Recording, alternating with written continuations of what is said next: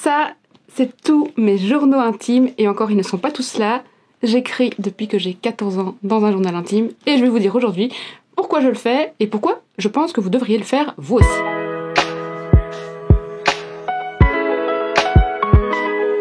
Mettons-nous d'accord sur la définition du journal intime. Premièrement, vous l'appelez comme vous voulez, votre carnet. Carnet intime, journal de bord, peu importe, vous choisissez le nom de votre carnet. Comme dit Molly Roberts, si vous l'appelez Steve, combien vous chante. Qu'est-ce que c'est qu'un journal intime ? C'est en fait un cahier, tout simplement, dans lequel on vient écrire tout ce qui nous passe par la tête. Pourquoi moi je le différencie de mes autres journaux ? C'est que mon journal intime, c'est vraiment que de l'écriture à 100%. Je fais pas de performance artistique dedans, je mets pas de stickers, je mets pas de fond à l'aquarelle, je mets pas de collage, ce genre de choses. C'est vraiment que de l'écriture. Maintenant, si vous avez envie dans votre journal intime de mettre des stickers, de faire de l'aquarelle, de le décorer, grand bien vous fasse, c'est votre carnet, c'est vos règles, c'est quelque chose que j'aime beaucoup dire. Quand est-ce que j'ai commencé, moi, à tenir un journal ? Je vous l'ai dit dans l'introduction, j'ai commencé à tenir un journal quand j'avais 14 ans. Je pense que ce jour-là, quand j'ai commencé mon journal, c'était simplement, j'avais une dispute avec des copines à l'école. Et genre, il y avait personne pour m'écouter, j'étais vraiment une incomprise. À 14 ans, on est vraiment parfois vraiment incompris.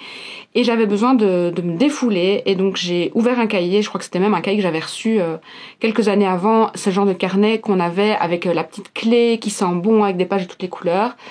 Et je me suis dit, j'écris quoi. Et en fait, ça m'a fait tellement de bien que j'ai continué à écrire dedans.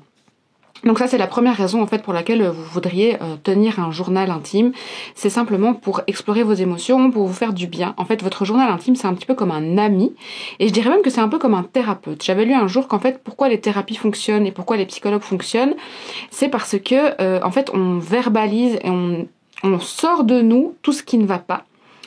Face à quelqu'un. Mais un journal intime peut agir de la même façon parce qu'on sort aussi de nous, mais là du coup de manière écrite, mais en tout cas il y a un acte de sortir ce qui se passe en nous et de le mettre quelque part, entre guillemets, dans la matière, et c'est ça qui aide beaucoup. Donc vraiment la première bonne raison de tenir un journal intime, c'est vraiment un effet tout à fait thérapeutique. Ça permet d'explorer ses émotions, ça permet aussi de comprendre un petit peu les schémas de pensée qu'on a. Moi par exemple, je me rends compte que souvent, au mois de septembre, par exemple, j'ai souvent des moments un petit peu de vide, j'ai du mal à me remettre des vacances, à me remettre dans le bain. Tout ça, je le vois parce que je le lis par rapport à ma créativité aussi. Je vois aussi que j'ai des petites baisses de régime dans ma créativité, souvent au mois de septembre, par exemple. Et puis, ça permet aussi de comprendre un peu, de voir son évolution. Moi, j'adore me relire dans mes journaux, de voir où j'étais il y a quelques années, voir ce que j'ai réalisé et ce que je n'ai pas réalisé. Et pas en mode, je me flagelle, je voulais faire ça et je l'ai pas fait, mais vraiment voir comment ma pensée évolue et comment mon schéma de pensée évolue. Après, je pense que tenir un journal intime, ça a vraiment des bienfaits pour la créativité. Et là, justement, on va un petit peu passer sur le Creative Journal, puisque vous savez, je tiens aussi... En fait, pas un journal, pas 2 journaux, mais 1 milliard de journaux.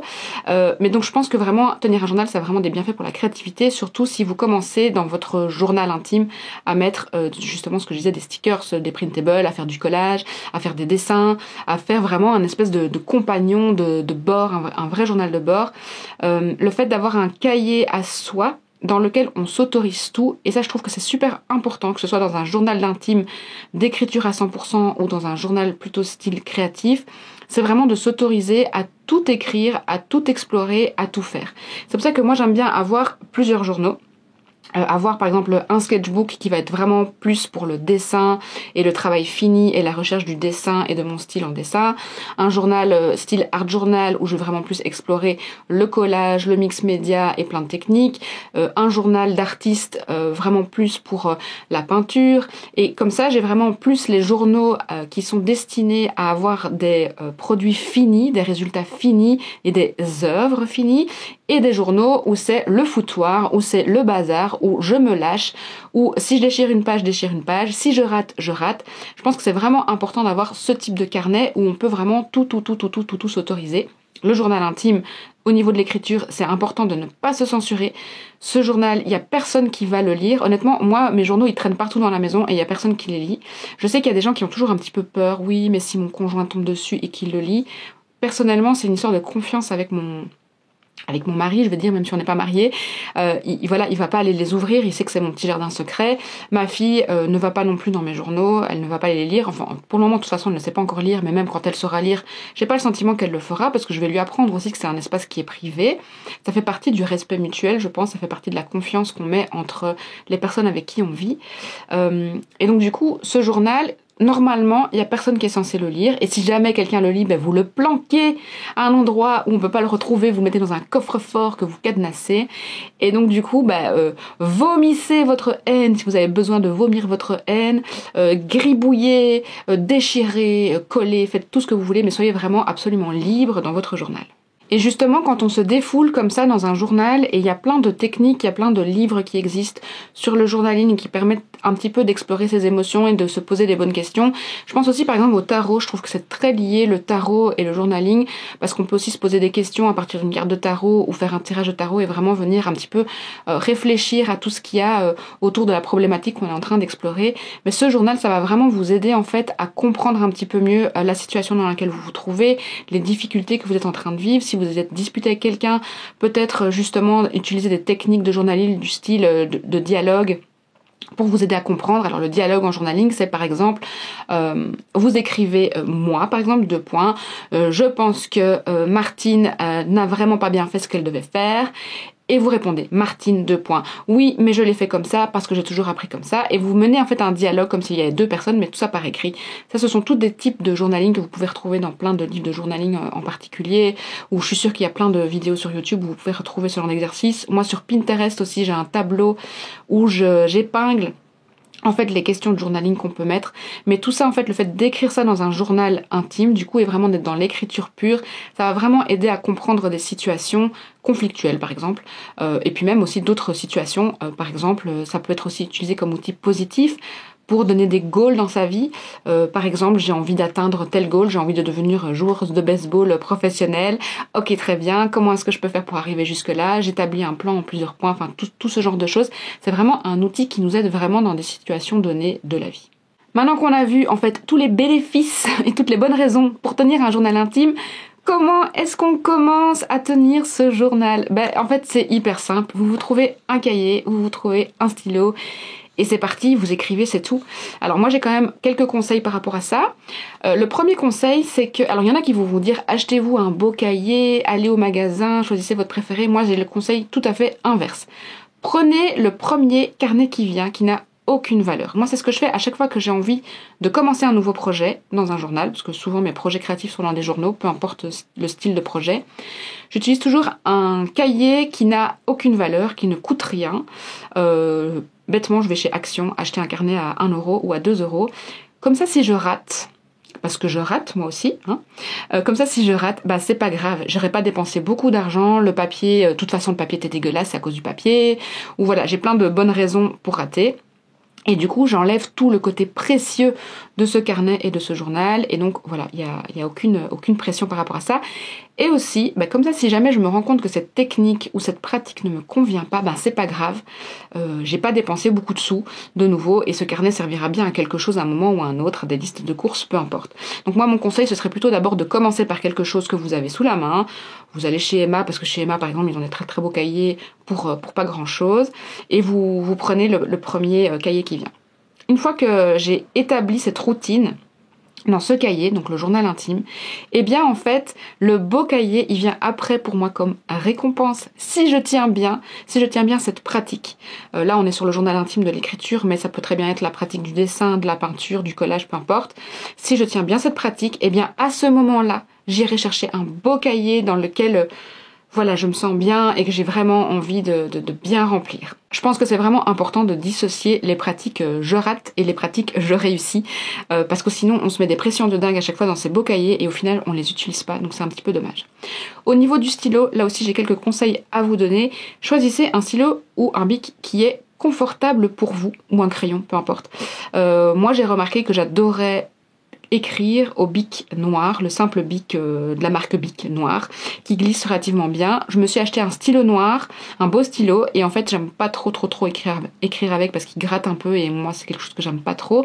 Mais par contre celui-là j'aime bien dessiner avec, donc voilà, ça dépend un petit peu les outils.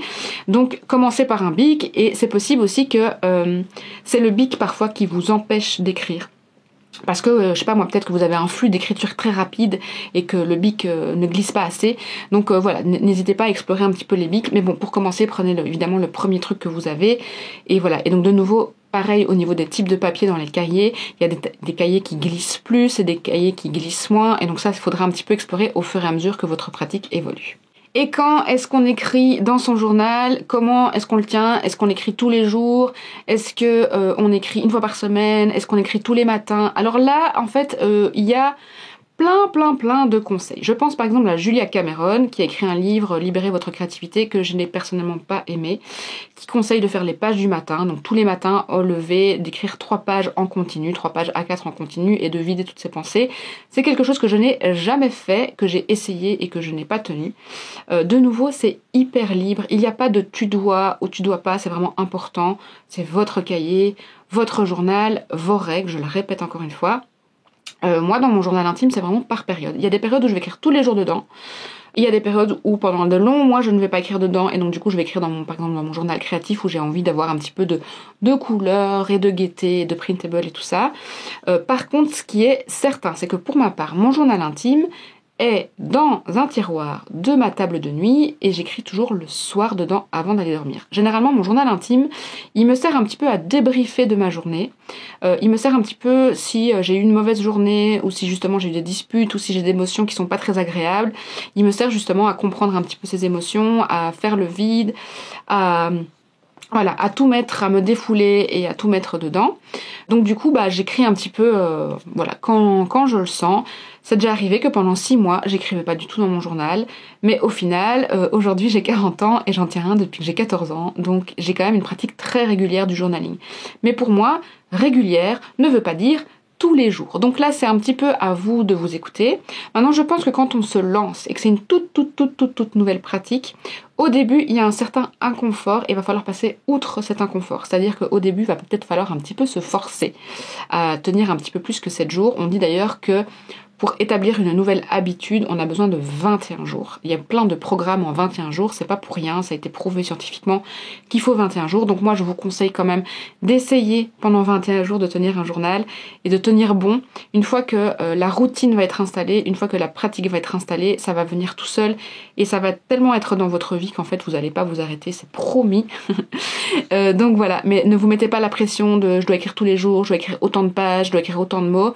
Pareil, si vous faites des fautes d'orthographe, on s'en fout, personne ne le lit. Moi, je rature dans mon cahier, je fais des fautes dans mon cahier. Parfois, je déchire des pages, ça m'arrive. Parfois, je colle des pages entre elles. Tout est libre, c'est votre espace à vous et vous êtes en sécurité. J'espère que cette vidéo vous aura convaincu d'aller chercher un cahier et de tenir un journal intime. Évidemment, s'il y a des questions que vous vous posez toujours et si c'est pas clair ou si vous avez des doutes, vous n'hésitez pas à me les poser en commentaire. Je réponds absolument à tous les commentaires et d'ailleurs j'en profite pour dire merci à toutes celles qui me laissent des commentaires sur mes vidéos. Moi j'adore papoter avec vous, donc franchement, posez-moi vos questions. Si c'est pas clair, je peux refaire une vidéo sur un sujet en particulier. Si vous voulez voir quelque chose que j'ai pas exploré par exemple, dites-le moi en commentaire, je vous répondrai soit en commentaire, soit par vidéo. Et puis, comme à chaque vidéo, je vous dis, prenez bien soin de vous et de votre créativité. Bye!